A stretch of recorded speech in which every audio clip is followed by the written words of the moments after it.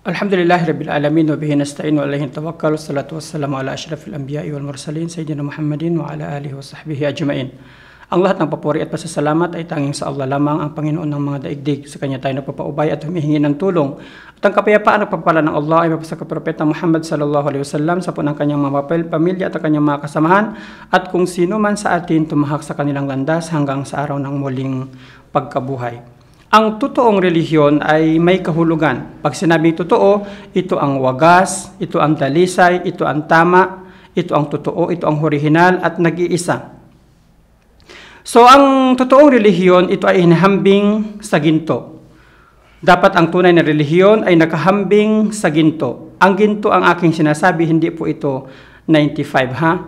Pero ang tinutuog sinasabi ng ginto, ito ang tunay na ginto. Paano natin malalaman na ang ginto ay tunay? Dapat ang ginto na malalaman natin ang tunay, dapat isawsaw natin ito o kikilatin natin ito. So ano ang madaling pagkikilatis sa isang ginto na tunay? Dapat isawsaw mo ito sa suka o di kaya pahiran mo ito ng asido. Pagkatapos mong pinahiran ang tunay na ginto ng asido o di kaya ng suka, ay dapat ang ginto na ito ay hindi siya nagbago at hindi siya kumukupas. Ganito rin katulad ng ang totoong relihiyon, dapat hindi siya nagbago at hindi siya ay kumukupas. So kung ang relihiyon ng unang tao ay ito ay si Adan alayhis salam, ay ito ay pagsuko, pagtalima sa kalooban ng isang tagapaglikha, na dapat ito rin ang relihiyon ng lahat ng mga propeta at ito rin ang relihiyon ng lahat ng mga tao sa panahon natin ngayon. Dahil dapat hindi magbago ang katuruan ng sinaunang tao. Ang unang tao ay nilikha ng Allah subhanahu wa ta'ala, si Propeta Adan alayhis salam.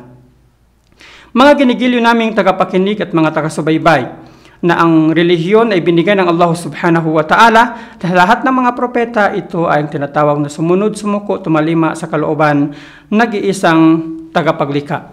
So mga kabayan at mga kapatid, dapat po tayo maingat sa pagpili ng relihiyon. Dapat ang relihiyon na ating pipiliin, ito ay may sariling batayan. Ang unang-una mga kapatid at mga kababayan, na ang relihiyon na tunay, ito ay nagtuturo na nag-iisang tagapaglikha, nag-iisang Diyos. So pag sumaksi ang lahat ng mga propeta at mga sugo ng Allah subhanahu wa ta'ala, ang Diyos daw po ay iisa lang. Pag sinabi natin iisa, ay dapat wala siyang anak at hindi siya nagkaroon ng asawa at wala siyang katulad. Dahil sinabi ng Allah subhanahu wa ta'ala sa banal na Quran, sabihin mo o Muhammad na ang Allah ay nag-iisa. Siya ay sandigan ng lahat, siya ay walang pangangailangan, siya ay tagapagtustos, hindi kumakain, hindi natutulog, hindi namamahinga dahil napagod, at higit sa lahat, hindi siya namamatay. At pagkatapos nun, hindi siya nagkaroon ng anak at hindi siya ipinanganak, at siya ay walang katulad sa lahat ng kanyang mga nilikha.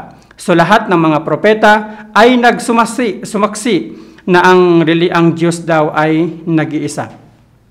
So pag sinabi natin nag-iisa, bilang na ito ay iisa. Hindi yaong tulad ng mga sila nagtuturo ng ibang pananampalataya na ang Diyos ay tatlo sa isa o di kaya isa sa tatlo. Dahil mga kapatid at mga kababayan, na ang pagpapakilala nila na ang Diyos ay tatlo, ito ay gawa-gawa lamang nila ng mga doktrina upang alyuin, upang ligawin ang mga tao. Dahil maliwanag na maliwanag sa lahat ng mga kasulatan ay pinadala ng Allah subhanahu wa ta'ala sa iba't ibang propeta na ang Diyos ay nag-iisa lamang. Pangalawa po na batayan na ating pagpipilian na ang relihiyon ay tama, dapat mayroon siyang sariling batayan. So ngayon, ang sinabi natin sa mga naunang ating sinabi, na ang relihiyon ay nakarehistro sa SEC registration, humigit kumulang sa 4,000 religions. Ngunit ito ay nagtuturo at ang hawak-hawak nila ay nag-iisang Biblia. Ngunit kung sasabihin na natin, paano sila nagkawatak-watak? Paano dumami ang mga relihiyong ito? Dahil tulad ng sinabi natin, ito ay ginawa lamang nila ng mga business upang perahan ang mga tao. Mga ginigiliw naming tagapakinig, binigyan po tayo ng talino at kaisipan ng Allah subhanahu wa ta'ala. Ang mga bagay na ito ay gagamitin lamang natin sa paghahanap ng katotohanan nang sa ganon makamit natin ang kaligtasan dito sa mundong ibabaw, lalong-lalo na pagdating sa kabilang buhay.